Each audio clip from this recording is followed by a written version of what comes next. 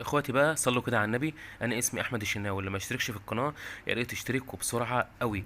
الوقت اتطلب مني 2 ايس كوفي، تعالوا كده اما نعمله مع بعض ونشوف بيتعمل ازاي. طريقه سهله جدا على طريقه ستاربكس وسهل قوي نعملها في البيت.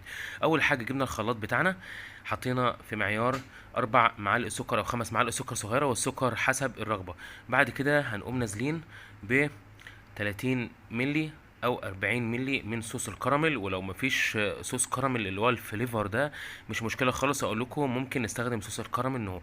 بعد كده قمنا نازلين بثلاث معالق نسكافيه او 4 معالق نسكافيه، يعني من هو المعلقه الصغيره يعني وما نكترش. بعد كده نقوم جايبين كوبايه ميه كده عاديه من الحنفيه خالص، ونقوم حاطينها فوق الخليط ده ونسيبه يتضرب كده في الخلاط لمده 10 ثواني.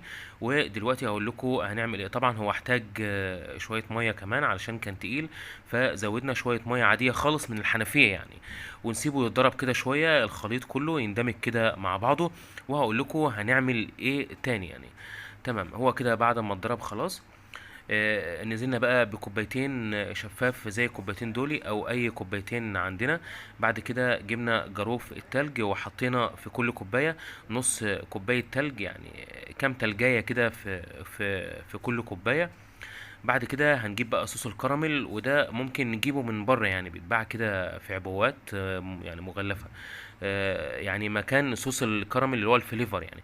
قمنا مجرنشين كده بصوص الكراميل، وننزل بقى في كل كوباية بنص كوباية لبن يعني. بعد ما حطينا التلج ننزل بقى كده بنص كوباية لبن. طبعا هوريكم الوقت الخليط نازل عامل ازاي.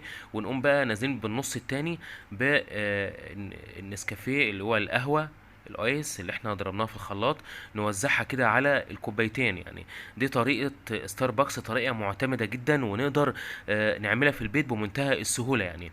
ده بره ممكن بيتباع ب60 وب70 جنيه، في البيت والله ما هيكلفنا اصلا يعني 20 جنيه، وممكن ما يعديش كمان ال15 جنيه.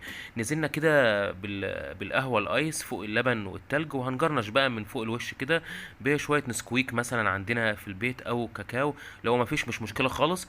ونحط كده صوص كراميل، ننزل كده بصوص كراميل علشان يدينا شكل، وبرضه بيدينا طعم، يعني طعم مع الايس كوفي. هو تملي الناس بيحبوه بصوص الكراميل.